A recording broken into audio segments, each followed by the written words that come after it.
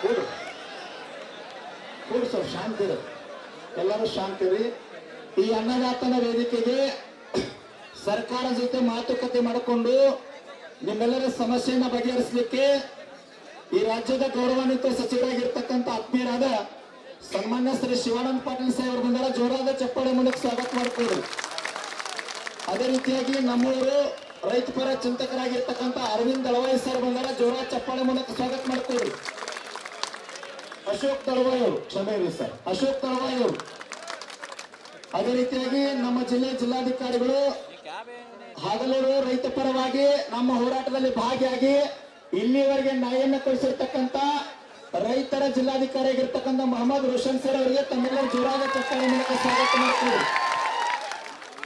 ಯಾವುದೇ ಸಂದರ್ಭದಲ್ಲೂ ಸಹಿತ ರೈತರ ಮೇಲೆ ಒಂದು ಕೇಸ್ ಆಗದ ರೀತಿಯೊಳಗೆ ಮಾತುಕತೆ ಮೂಲಕ ಮುಗಿಸಿ ನಮ್ಮ ನ್ಯಾಯಕ್ಕೆ ಸದಾವಕಾಲಿನಿರ್ತಕ್ಕಂಥ ನಮ್ಮ ಜಿಲ್ಲೆಯ ಪೊಲೀಸ್ ವರಿಷ್ಠಾಧಿಕಾರಿಗಳಂತ ಸನ್ಮಾನ್ಯ ಶ್ರೀ ಭೀಮಾಶಂಕರ್ ಗುಡೇ ಸಾಹೇಬರು ಬಂದಾರ. ಜೋರಾದ ಚಪ್ಪಾಳೆ ಮೂಲಕ ಸ್ವಾಗತ ಮಾಡಿಕೊಳ್ಳಿ.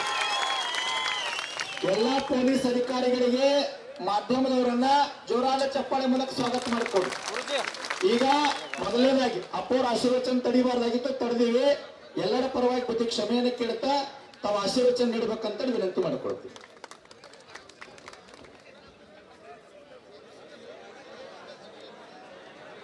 ಈ ಭವ್ಯ ವೇದಿಕೆಗೆ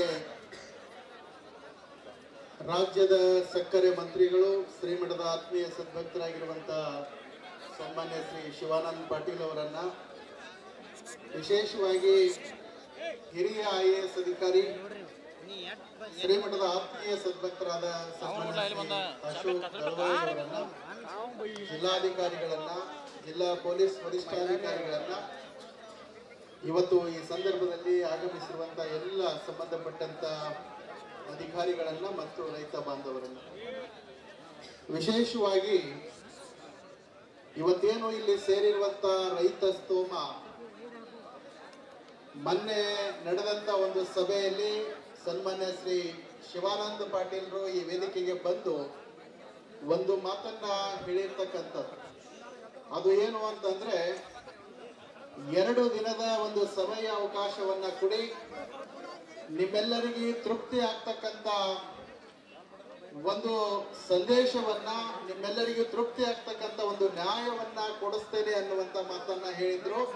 ಆ ಕೊಟ್ಟ ಮಾತಿನ ತಕ್ಕ ಇವತ್ತು ನಿಮ್ಮೆಲ್ಲರಿಗೆ ತೃಪ್ತಿ ಆಗುವಂತ ಒಂದು ಬೆಲೆಯನ್ನ ನಿಗದಿ ಮಾಡಿರ್ತಕ್ಕಂಥದಕ್ಕೆ ಎಲ್ಲ ರೈತರ ಪರವಾಗಿ ಶಿವಾನಂದ ಪಾಟೀಲ್ ಅವರಿಗೆ ಅಭಿನಂದನೆಗಳನ್ನ ಸಮರ್ಪಣೆ ಮಾಡ್ತೇನೆ.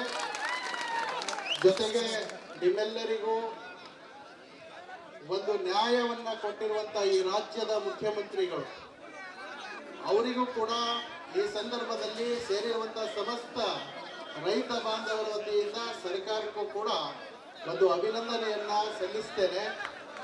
ಇವತ್ತು ವಿಶೇಷವಾಗಿ ರೈತರು ತಮ್ಮ ಭಾವನೆಗಳನ್ನ 10 ದಿವಸಗಳ ಮುಖಾಂತರವಾಗಿ ಬಿಸಿಲದಲ್ಲಿ ಕುಂತು ನೀವೆಲ್ಲರೂ ನಿಮ್ಮ ಬೇಡಿಕೆಯನ್ನ ಸರ್ಕಾರದ ಮುಂದೆ ಇಟ್ಟಿರುವಂತಹ ಸಂದರ್ಭದಲ್ಲಿ ಇವತ್ತು ಸರ್ಕಾರ ಅದನ್ನ ಬಹಳ ಗಂಭೀರವಾಗಿ ಪರಿಗಣಿಸಿ ನಿಮಗೆ ಸೂಕ್ತವಾದಂತಹ ನ್ಯಾಯವನ್ನ ಕೊಟ್ಟಿರ್ತಕ್ಕಂಥದ್ದು ನಮ್ಮೆಲ್ಲರಿಗೂ ಬಹಳ ಸಂತೋಷವನ್ನ ತಂದಿರ್ತಕ್ಕಂಥದ್ದು.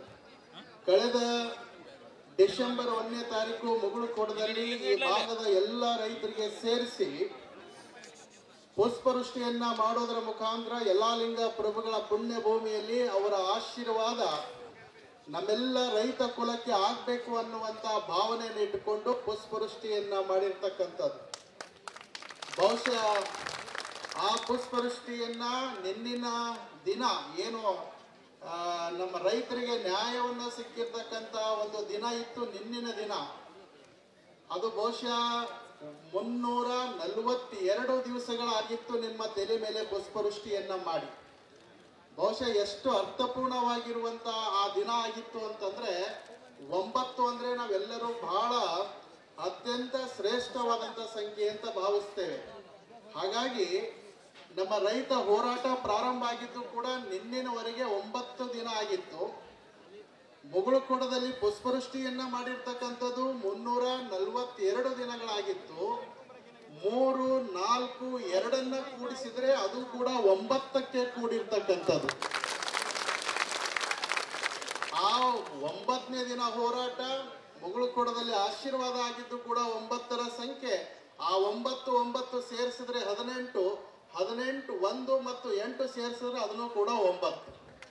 ಹಾಗಾಗಿ ಇವತ್ತು ನಮ್ಮೆಲ್ಲ ರೈತರಿಗೆ ಒಂದು ಶುಭ ಸಂಕೇತವಾಗಿರುವಂತ ಈ ನ್ಯಾಯವನ್ನ ಸಿಕ್ಕಿರ್ತಕ್ಕಂಥದ್ದು ಏನಿದೆ ಮುಗುಳುಕೋಡದಲ್ಲಿ. ನಾನು ಹೇಳಿದ್ದೆ, ನೀವು ಎಲ್ಲ ರೈತರು ಇವತ್ತೇನು ಮುಗುಳುಕೋಡಕ್ಕೆ ಬಂದಿದ್ರಿ, ಬರುವಂತಹ ದಿನಗಳಲ್ಲಿ ಗುರುಗಳ ಆಶೀರ್ವಾದದಿಂದ ನಿಮ್ಮೆಲ್ಲರಿಗೂ ಯಲಾಲಿಂಗ ಪ್ರಭುಗಳು 1ಕ್ಕೆ 100 ಕೊಟ್ಟು ರಕ್ಷಣೆ ಮಾಡ್ತಾರೆ ಅನ್ನುವಂತ ಮಾತನ್ನ ಹೇಳಿದ್ದೆ.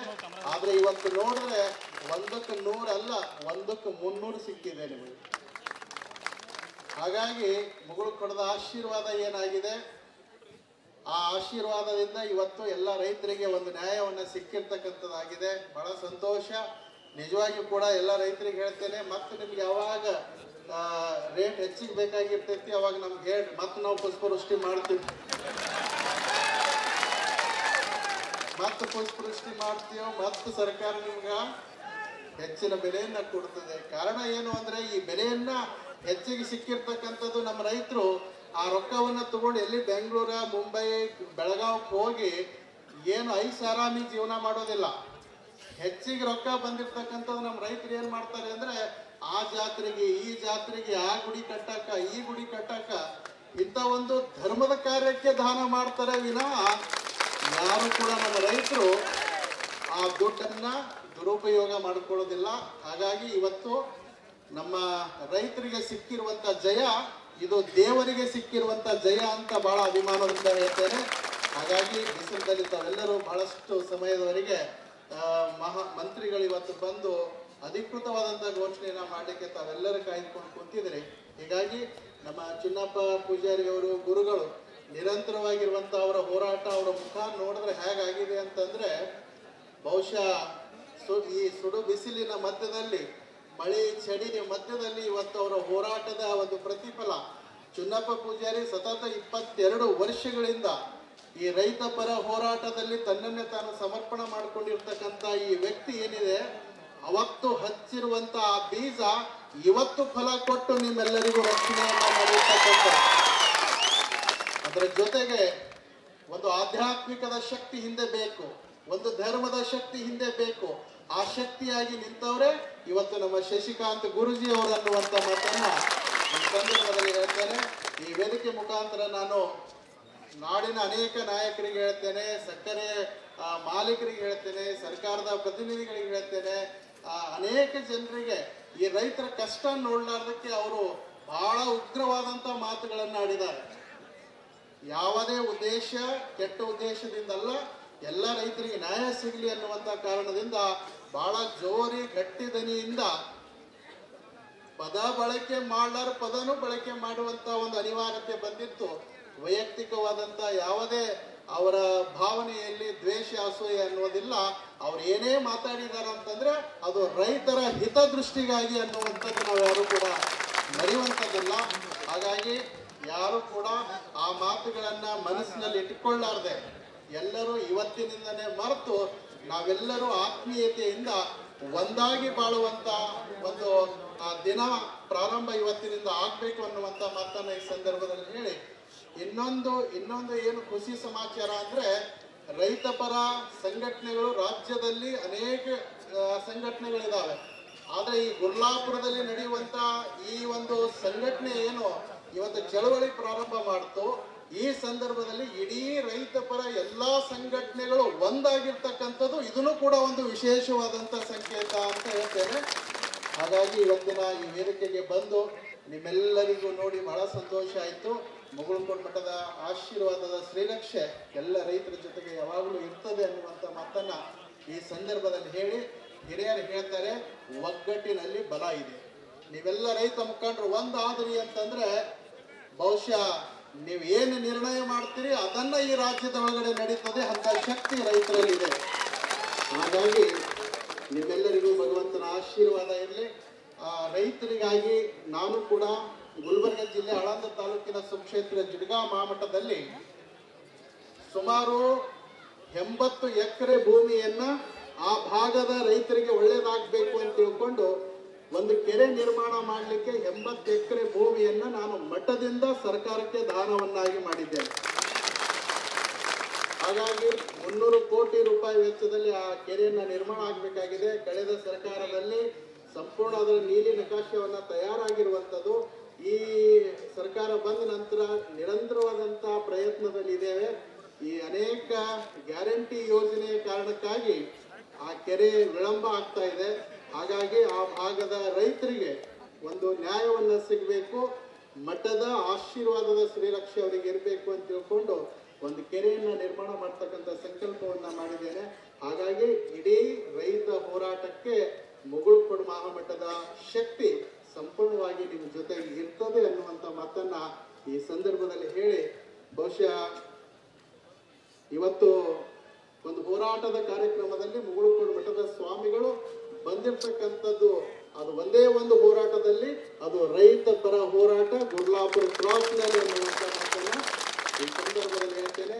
ಇಂಥ ರೈತರ ಪರವಾಗಿರುವಂಥ ಹೋರಾಟ ಇದು ಒಂದಲ್ಲ, 1000 ಹೋರಾಟ ಇದ್ರೂ ಕೂಡ ಮುಗುಳುಕೋಡು ಮಠ ನಿಮ್ಮ ಜೊತೆಗೆ ಇರ್ತದೆ ಅನ್ನುವಂಥ ಮಾತನ್ನ ಈ ಸಂದರ್ಭದಲ್ಲಿ ಹೇಳಿ ಬಹಳ ಯಶಸ್ವಿಯಾಗಿ ಈ ಹೋರಾಟವನ್ನ ಮುಗಿದು ತಮಗೆಲ್ಲ ಸಿಕ್ಕಿರ್ತಕ್ಕಂಥದ್ದು ನಮ್ಮೆಲ್ಲರಿಗೂ ಬಹಳ ಸಂತೋಷವನ್ನು ತಂದಿರುವಂಥದ್ದು. ಇದಕ್ಕಿಂತನೂ ಹೆಚ್ಚಿನ ಒಂದು ಮಾತನ್ನ ಹೇಳಬೇಕು ಅಂತಂದ್ರೆ, ನಮ್ಮೆಲ್ಲ ಪತ್ರಿಕಾ ಮಾಧ್ಯಮದವರು ಏನು ಮೀಡಿಯಾ ಬಂಧುಗಳಿದ್ದಾರೆ ಅವರಿಗೆ ನಿಮ್ಮೆಲ್ಲರ ಜೋರಾದ ಚಪ್ಪಾಳೆ ಮುಖಾಂತರ ಅಭಿನಂದನೆಯನ್ನು ಸಲ್ಲಿಸಬೇಕು. ಯಾಕೆ ಅಂತಂದ್ರೆ ಅವರು ಈ ದೇಶದ ಮೂಲೆ ಮೂಲೆಗೆ ಈ ಹೋರಾಟದ ಮಾಹಿತಿಯನ್ನು ಕೊಟ್ಟಿರ್ತಕ್ಕಂಥದ್ದು. ಹೀಗಾಗಿ ಎಲ್ಲ ಏನು ನಮ್ಮ ಮೀಡಿಯಾ ಬಂಧುಗಳಿದ್ದಾರೆ ಅವರೆಲ್ಲರಿಗೂ ಕೂಡ ಎಲ್ಲ ರೈತರ ಪರವಾಗಿ ಮತ್ತೊಂದು ಸಲ ಧನ್ಯವಾದಗಳನ್ನು ಈ ಸಂದರ್ಭದಲ್ಲಿ ಹೇಳ್ತೇನೆ. ಅದರ ಜೊತೆಗೆ ಇವತ್ತು ಒಂದು ಶುಭ ಸಂಕೇತ ಏನು ಅಂತಂದ್ರೆ, ಇವತ್ತು ಕನಕ ಜಯಂತಿ. ಆ ಕನಕ ಜಯಂತಿ ಇವತ್ತು ಕನಕದಾಸರು ಈ ನಾಡಿಗೆ ಕೊಟ್ಟಿರುವಂತ ಒಂದೊಂದು ಸಂದೇಶವನ್ನ ಅದು ವರ್ಣಿಸಲಿಕ್ಕೆ ಸಾಧ್ಯ ಇಲ್ಲ. ಅಂತ ಒಬ್ಬ ಮಹಾ ಯೋಗಿಯ ಒಂದು ಇವತ್ತು ವಿಶೇಷವಾದಂಥ ಒಂದು ಜನ್ಮದಿನ ಮತ್ತು ಜಯಂತ್ಯೋತ್ಸವ ಇರೋದರಿಂದ ಈ ವೇದಿಕೆಗೆ ನಿಮ್ಮೆಲ್ಲರಿಗೂ ಕನಕದಾಸ ಜಯಂತಿಯ ಶುಭಾಶಯಗಳನ್ನು ಕೋರ್ತೇನೆ. ಮತ್ತೊಂದು ಸಲ ನಮ್ಮ ರಾಜ್ಯದ ಸಕ್ಕರೆ ಮಂತ್ರಿಗಳು ಅಶೋಕ್ ದಳವಾಯಿ ಅವರು, ಇವತ್ತು ಭೀಮಾಶಂಕರ್ ಗುಳೇದವರು, ಬಹುಶಃ ಇನ್ನೊಂದು ವಿಶೇಷ ಏನಂತಂದ್ರೆ ಶಿವಾನಂದ ಪಾಟೀಲ್ರು ಬರೀ ತನಕ ಕೂಡ ಮುಗುಳುಕೋಡದ ಗುರು ಪರಂಪರೆಯ ಆಶೀರ್ವಾದ. ಅದರ ಜೊತೆಗೆ ನಮ್ಮ ಅಶೋಕ್ ದಳವಾಯಿ ಅವರಿಗೂ ಕೂಡ ಮುಗುಳುಕೋಡು ಮಠದ ಪರಮ ಶಿಷ್ಯರು. ಅದರ ಜೊತೆಗೆ ಭೀಮಾಶಂಕರ್ ಗುಳೇದವರು ಕೂಡ ಅವರ ತಂದೆಯಿಂದನೂ ಈ ಮಠಕ್ಕೆ ಒಂದು ಪರಮ ಭಕ್ತರು. ಹಾಗಾಗಿ ಇವತ್ತು ಎಲ್ಲ ಗುರುಗಳು ಗುರು ಬಂಧುಗಳು ಎಲ್ಲರೂ ಸೇರ್ಕೊಂಡೆ ನಿಮಗೆ ಒಂದು ನ್ಯಾಯ ಕೊಡ್ತಕ್ಕಂಥ ಶ್ರೇಷ್ಠ ಕಾರ್ಯ ಆಗಿದೆ ಅಂತಂದ್ರೆ ಇದು ನ್ಯಾಯ ಯಲ್ಲಾಲಿಂಗ ಪ್ರಭುಗಳು ಕೊಟ್ಟಿರುವಂತ ಜಯ ಅನ್ನುವಂಥ ಮಾತನ್ನ ಈ ಸಂದರ್ಭದಲ್ಲಿ ಹೇಳಿ ಇವತ್ತು ವಿಶೇಷವಾಗಿ ಇಲ್ಲಿ ಆಗಮಿಸಿರುವಂತಹ ತಮ್ಮೆಲ್ಲರಿಗೂ ಮತ್ತೊಂದು ಸಲ ಶುಭ ಕೋರಿ, ನಿಮ್ಮೆಲ್ಲರಿಗ ಈ ವಿಜಯೋತ್ಸವದಲ್ಲಿ ಸಂಭ್ರಮದಿಂದ ಆಗಮಿಸಿರುವಂತಹ ತಮ್ಮೆಲ್ಲ ರೈತ ಬಾಂಧವರಿಗೆ ಯಲ್ಲಾಲಿಂಗ ಪ್ರಭು ಆಶೀರ್ವಾದದ ಶ್ರೀರಕ್ಷೆ ಸದಾಕಾಲ ಹಾರೈಸಿ ಆಗಮಿಸಿರುವಂತಹ ತಮ್ಮೆಲ್ಲರಿಗೆ ಶುಭವಾಗಲಿ. ಸರ್ವೇ ಜನಃ ಸುಖಿನೋ ಭವಂತು. ನಿರ್ಭೀತ, ನಿಷ್ಪಕ್ಷಪಾತ, ವಿಶ್ವಾಸಾರ್ಹ ಸುದ್ದಿಗಳಿಗೆ ಮತ್ತೊಂದು ಹೆಸರಾಗಿರುವಂತ ನ್ಯೂಸ್ 18 ಕನ್ನಡ ಈಗ ಆಪ್ನಲ್ಲೂ ಲಭ್ಯವಿದೆ. ದಯವಿಟ್ಟು ಇಲ್ಲಿರುವ QR ಕೋಡ್ ಅನ್ನ ಸ್ಕ್ಯಾನ್ ಮಾಡಿಕೊಂಡು ಆಪ್ ಅನ್ನ ಡೌನ್ಲೋಡ್ ಮಾಡೋದಕ್ಕೆ ಮರಿಬೇಡಿ. ನಿಮ್ಮ ಬೆಂಬಲ ಹೀಗೆ ಸದಾ ನಮ್ಮೊಂದಿಗಿರಲಿ. ಧನ್ಯವಾದ.